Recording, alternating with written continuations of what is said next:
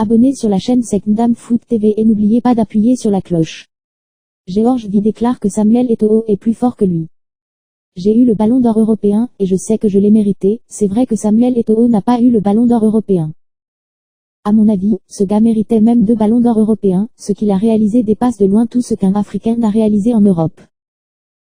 Eto'o est à mon avis plus fort que moi, j'ai joué pour mettre en valeur l'Afrique, Eto'o l'a fait, il n'y a pas de rivalité qui tienne entre un tel ou un tel, tous nous voulons voir des Africains montrer au monde entier la force de notre continent.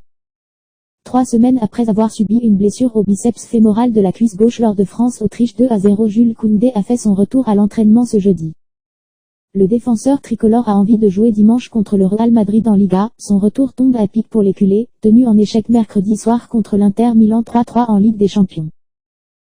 Xavi espère pouvoir aligner Koundé lors du Classico, il serait alors accompagné d'Eric Garcia, Marco Alonso et Baldé.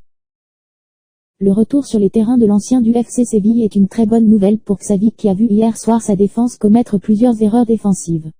Les Catalans ont ensuite cru être évincés de la compétition 2 fois, mais le goal d'or polonais a permis aux Blaugrana de garder un mince espoir.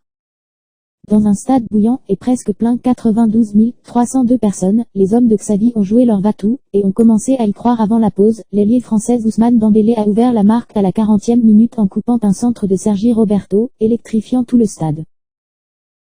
Mais les Nerazzurri ont réagi au retour des vestiaires. À la 50e, Nicolo Barella est trouvé en profondeur par Alessandro Bastoni, il contrôle de la poitrine avant d'ajuster Marc-André ter Stegen du gauche, et remet l'Inter dans le match. Xavi lance un regard noir à Gérard Piqué, qui a couvert Barella par un positionnement défensif hasardeux.